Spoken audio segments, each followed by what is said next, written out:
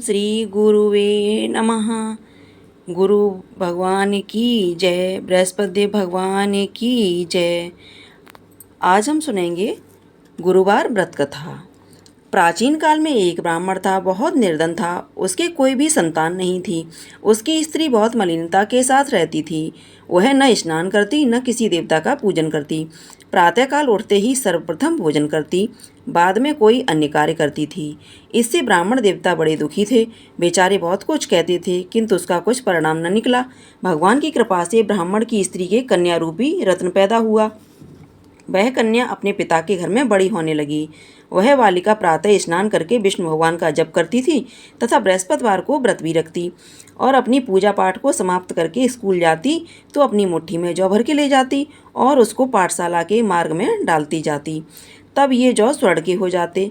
लौटते समय उनको बीनकर घर को ले आती थी। एक दिन बालिका सूप में उन सोने के जौ को फटक कर साफ कर रही थी कि उसके पिता ने देख लिया और कहा, बेटी, सोने के जौ को फटकने के लिए सोने का सूप होना चाहिए। दूसरे दिन गुरुवार था। इस कन्या ने व्रत रखा और बृहस्पति देव से प्रार्थना करके कहा, हे प्रभु, मैंने आपकी पूजा सच्चे मन से की हो तो मेरे लिए सोने का सूप दे दो। बृहस्पति देव ने उसकी प्रार्थना स्वीकार कर ली। रोजाना की तरह वह कन्या जौ फैलाती हुई जाने लगी। जब वह लौटकर जौ बीन रही थी तो बृहस्पति देव की कृपा से सोने का सूप मिला। उसे वह घर ले आई और उसमें जौ साफ करने लगी, परंतु उसकी माँ का वही ढंग रहा। एक दिन की बात है कि वह कन्या सोने के सूप में जौ साफ कर रही थी। उस समय उस शहर के राजा का पुत्र वहाँ से होकर निकला। इस कन्या के रूप और कार्य को देखकर मोहित हो गया तथा अपने घर आकर भोजन तथा जल त्याग कर उदास होकर लेट गया। राजा को जब इस बात का पता लगा तो अपने मंत्रियों के साथ उसके पास गए और बोले, बेटा, तुम्हें किस बात का कष्ट है? किसी ने अपमान किया है अथवा कोई कारण हो सो कहो, मैं वही कार्य करूँगा जिससे तुम्हें प्रसन्नता हो। अपने पिता की राजकुमार ने बातें सुनी तो वह बोला, पिताजी, मुझे किसी बात का दुख नहीं है। किसी ने मेरा अपमान नहीं किया है, परंतु मैं उस लड़की के साथ विवाह करना चाहता हूँ जो सोने के सूप में जौ साफ कर रही थी। यह सुनकर राजा आश्चर्य में पड़ा और बोला, हे बेटा, इस तरह की कन्या का पता तुम ही लगाओ। मैं उसके साथ तेरा विवाह अवश्य ही करा दूंगा। राजकुमार ने उस लड़की के घर का पता बतलाया। तब मंत्री उस लड़की के घर गए और ब्राह्मण देवता को सभी हाल बतलाया। ब्राह्मण देवता राजकुमार के साथ अपनी कन्या का विवाह करने के लिए तैयार हो गए तथा विधि विधान के अनुसार ब्राह्मण की कन्या का विवाह राजकुमार के साथ हो गया। कन्या के घर से जाते ही पहले की भांति उस ब्राह्मण देवता के घर में गरीबी का निवास हो गया। अब भोजन के लिए भी अन्न बड़ी मुश्किल से मिलता था। एक दिन दुखी होकर ब्राह्मण देवता अपनी पुत्री के पास गए। बेटी ने पिता की दुखी अवस्था को देखा और अपनी माँ का हाल पूछा। तब ब्राह्मण ने सभी हाल कहा। कन्या ने बहुत सा धन देकर अपने पिता को विदा कर दिया।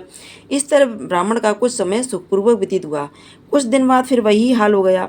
ब्राह्मण फिर अपनी कन्या के यहाँ गया और सभी हाल कहा तो लड़की बोली, हे पिताजी, आप माताजी को यहाँ लेवा लाओ, मैं उन्हें विधि बता दूंगी जिससे गरीबी दूर हो जाएगी। वह ब्राह्मण देवता अपनी स्त्री को साथ लेकर पहुंचे तो पुत्री अपनी माँ को समझाने लगी, हे माँ, तुम प्रातःकाल उठकर सर्वप्रथम स्नान आदि करके विष्णु भगवान का पूजन करो तो सब दरिद्रता दूर हो जाएगी। परंतु उसकी माँ ने एक भी बात नहीं मानी और प्रातःकाल उठकर अपनी पुत्री के बच्चों की जूठन को खा लिया। यह देखकर उसकी पुत्री को भी बहुत गुस्सा आया और रात को कोठरी से सभी सामान निकालकर उसमें अपनी माँ को बंद कर दिया। प्रातःकाल उसमें से निकाला तथा स्नान आदि करा के पाठ करवाया तो उसकी माँ की बुद्धि ठीक हो गई और फिर प्रत्येक बृहस्पतिवार को व्रत रखने लगी। इस व्रत के प्रभाव से उसकी माँ बहुत ही धनवान तथा पुत्रवती हो गई और बृहस्पति देव जी के प्रभाव से स्वर्ग को प्राप्त हुई तथा ब्राह्मण भी सुखपूर्वक इस लोक को सुख भोग कर स्वर्ग को प्राप्त हुए। इस तरह कहानी कहकर साधु देवता वहाँ से अलोप हो गए। धीरे धीरे समय व्यतीत होने पर फिर वही बृहस्पतिवार का दिन आया। राजा जंगल में से लकड़ी काटकर किसी शहर में बेचने गया। उसे उस दिन से अधिक पैसा मिला। राजा ने चना गुड़ आदि लाकर बृहस्पतिवार का व्रत किया। उस दिन से उसके सभी कलेश दूर हो गए। परंतु जब दोबारा बृहस्पतिवार का दिन आया तो बृहस्पतिवार का व्रत करना भूल गया। इस कारण बृहस्पति भगवान नाराज हो गए। उस दिन उस नगर के राजा ने विशाल यज्ञ का आयोजन किया। शहर में घोषणा करा दी, कोई भी मनुष्य अपने घर में भोजन न बनाए न आग जलाए, समस्त प्रजा मेरे यहाँ भोजन करने आए। इस आज्ञा को जो न मानेगा उसके लिए फांसी की सजा दी जाएगी। इस तरह की घोषणा संपूर्ण नगर में करवा दी गई। राजा की आज्ञा अनुसार शहर के सभी लोग भोजन करने गए, लेकिन लकड़हारा कुछ देर से पहुंचा, इसलिए राजा उसको अपने साथ घर में लिवा ले गए और जब वह उसे भोजन करा रहे थे तो रानी की दृष्टि उस खूंटी पर पड़ी जिस पर उसका हार लटका हुआ था। वह वहां दिखाई नहीं दिया। रानी ने निश्चय किया कि मेरा हार इस मनुष्य ने चुरा लिया है। उसी समय सैनिकों को बुलवाकर उसको जेलखाने में डलवा दिया। जब राजा जेलखाने में पड़ गया और बहुत दुखी होकर विचार करने लगा कि न जाने कौन से पूर्व जन्म के कर्म से मेरे लिए दुख प्राप्त हुआ है, वह उसी साधु को याद करने लगा जो जंगल में मिला था। उसी समय तत्काल बृहस्पति देव साधु के रूप में प्रकट हो गए और उसकी दशा को देखकर कहने लगे, अरे मूर्ख, तूने बृहस्पति देव की कथा नहीं करी, इसी के कारण तेरे को दुख प्राप्त हुआ है। अब चिंता मत कर, बृहस्पतिवार के दिन जेल खाने के दरवाजे पर रुपए पड़े मिलेंगे, उनसे तू बृहस्पति देव की पूजा करना, तेरे सभी कष्ट दूर हो जाएंगे। बृहस्पतिवार के रोज उसे रुपए पड़े मिले। राजा ने कथा कही। उसी रात को बृहस्पति देव ने उस नगर के राजा को स्वप्न में कहा, हे राजा, तुमने जिस आदमी को जेलखाने में बंद कर दिया है वह निर्दोष है, वह राजा है, उसे छोड़ देना। रानी का हार उसी खूंटी पर लटका हुआ है। अगर तू ऐसा नहीं करेगा तो मैं तेरे राज्य को नष्ट कर दूंगा। इस तरह रात्रि के स्वप्न को देखकर राजा प्रातःकाल उठा और खूंटी पर हार देकर लकड़हारे को बुलवाकर क्षमा मांगी तथा राजा के योग्य सुंदर वस्त्र आभूषण देकर राजा को विदा किया। साधु की आज्ञानुसार राजा अपने नगर को चल दिया। राजा जब अपने नगर के निकट पहुंचा तो उसे बड़ा आश्चर्य हुआ।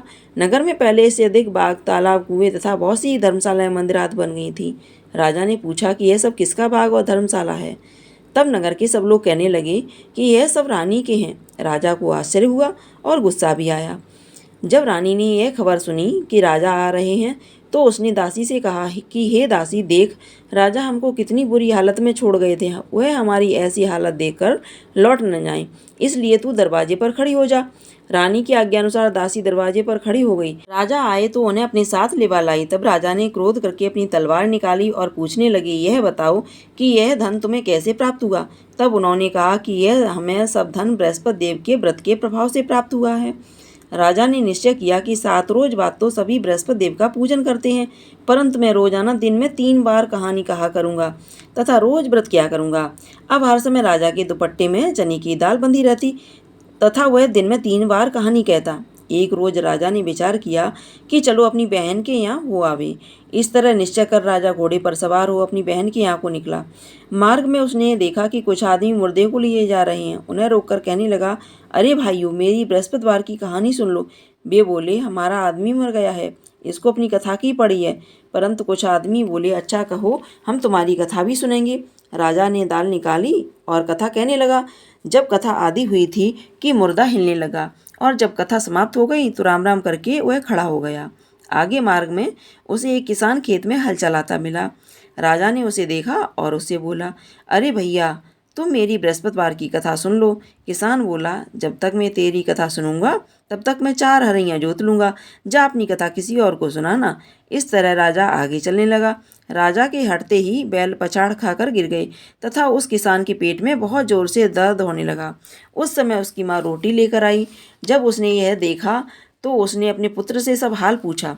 तब बेटे ने सभी हाल कह दिया तो बुढ़िया दौड़ी दौड़ी उस घुड़सवार राजा के पास गई और उससे बोली कि मैं तेरी कथा सुनूंगी तो अपनी कथा मेरे खेत पर चलकर ही कहना। राजा ने बुढ़िया के खेत पर जाकर कथा कही तथा जिसको सुनते ही वह बैल खड़े हो गए तथा किसान के पेट का दर्द बंद हो गया। राजा अपनी बहन के घर पहुंचा। बहन ने भाई की खूब मेहमानी की। दूसरे रोज प्रातःकाल राजा जगा तो देखने लगा कि सब लोग भोजन कर रहे हैं। राजा ने अपनी बहन से कहा कि ऐसा कोई मनुष्य है जिसने भोजन न किया हो, वह बृहस्पतिवार की कथा सुन ले। बहन बोली, हे भैया, यदि ऐसा ही है, पहले यहाँ लोग भोजन करते हैं, बाद में अन्य काम करते हैं। अगर कोई पड़ोस में हो तो देखा हूँ।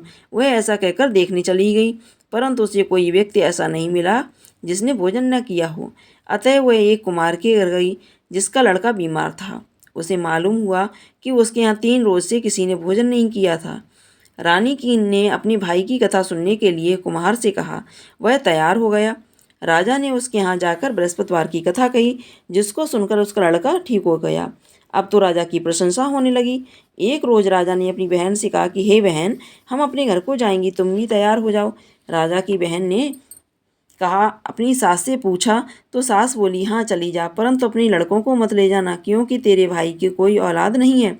बहन ने अपने भैया से कहा, हे भैया, मैं तो चलूँगी, परंतु कोई बालक नहीं जाएगा। राजा बोला, जब कोई बालक नहीं चलेगा तब तुम ही क्या करोगी? बड़े दुखी मन से राजा अपने नगर को लौट आया। राजा ने अपनी रानी से कहा, हम निर्वंशी राजा हैं, हमारा मुंह देखने का धर्म नहीं है, और इस उदासी के कारण उसने कुछ भोजन भी नहीं किया। रानी बोली, हे स्वामी, बृहस्पति देव हमें औलाद अवश्य देंगे। उसी रात को बृहस्पति देव ने राजा से स्वप्न में कहा, हे राजा, उठ, सोच त्याग, तेरी रानी गर्भ से है, 9वें महीने में उसके गर्भ से एक सुंदर पुत्र पैदा होगा। तब वह राजा बोला, हे रानी, स्त्री बिना भोजन के रह सकती है, बिना बात कहे नहीं रह सकती। जब मेरी बहन आए तुम उससे कुछ मत कहना। जब राजा की बहन ने यह शुभ समाचार सुना तो वह बहुत खुश हुई तथा बधाई लेकर अपने भाई के यहाँ आई। तभी रानी ने कहा, घोड़ा चढ़कर तो नहीं आई, गधा चढ़ी आई। राजा की बहन बोली, भाभी, मैं इस प्रकार न कहती तो तुम्हें संतान कैसे मिलती? बृहस्पति देव ऐसे ही हैं, जैसी जिसके मन में कामनाएं हैं वैसी सभी को पूर्ण करते हैं। जो सद्भावना पूर्वक कथा पढ़ता है, सुनता है और दूसरों को सुनाता है, बृहस्पति देव उसकी सभी मनोकामनाएं पूर्ण करते हैं तथा उनकी सदैव रक्षा करते हैं। संसार में जो मनुष्य सद्भावना से गुरु भगवान का पूजन व्रत सच्चे हृदय से करते हैं तो उनकी सभी मनोकामनाएं पूर्ण होती हैं। जैसी सच्ची भावना से रानी और राजा ने उनकी कथा का गुणगान किया तो उनकी सभी इच्छाएं बृहस्पति देव जी ने पूर्ण की थी। इसलिए सबको कथा सुनने के बाद प्रसाद लेकर जाना चाहिए। हृदय से उसका मनन करते हुए जयकारा बोलना चाहिए। बोलिए बृहस्पति देव भगवान की जय, विष्णु भगवान की जय। अब हम सभी मिलकर के आरती करते हैं। ओम जय बृहस्पति देवा, स्वामी जय बृहस्पति देवा, छिन छिन भोग लगाऊं कदली फल मेवा। ओम जय बृहस्पति देवा, तुम पूर्ण परमात्मा, तुम अंतर्यामी, स्वामी तुम अंतर्यामी। जगत पिता जगदीश्वर, तुम सबके स्वामी। ओम जय बृहस्पति देवा, चरणामृत निज निर्मल, सब पातक हरता, स्वामी सब पातक हरता। सकल मनोरथ दायक, कृपा करो भरताय। ओम जय बृहस्पति देवा, तन मन धन अर्पण करे, जो जन शरण पड़े, प्रभु जो जन शरण पड़े। प्रभु प्रकट तब हो कर, आकर द्वार खड़े। ओम जय बृहस्पति देवा, दीन दयाल दयानिधि, भक्तन हितकारी, स्वामी भक्तन हितकारी। पाप दोष सब हरता, भव बंधन हारी। ओम जय बृहस्पति देवा, स्वामी जय बृहस्पति देवा। सकल मनोरथ दायक, सब संशय तारो, स्वामी सब संशय तारो। विषय विकार मिटाओ, संतन सुखकारी। ओम जय बृहस्पति देवा, स्वामी जय बृहस्पति देवा। जो कोई आरती तेरी प्रेम सहित गावे, स्वामी प्रेम सहित गावे। ज्येष्ठानंद वंद सो निश्चय पावे। ओम जय बृहस्पति देवा, स्वामी जय बृहस्पति देवा। सब बोलो विष्णु भगवान की जय, बोलो बृहस्पति देव भगवान की जय। प्रिय श्रोताओं, अगर आपको यह कथा आरती पसंद आई हो तो वीडियो को लाइक करके कमेंट बॉक्स में विष्णु भगवान की जय अवश्य लिखिएगा। अगर आपने अभी तक चैनल को सब्सक्राइब नहीं किया है तो चैनल को सब्सक्राइब कर लीजिएगा ताकि आप इसी तरह की कथाएं समय से सुन सकें। जय श्री कृष्णा, राधे राधे।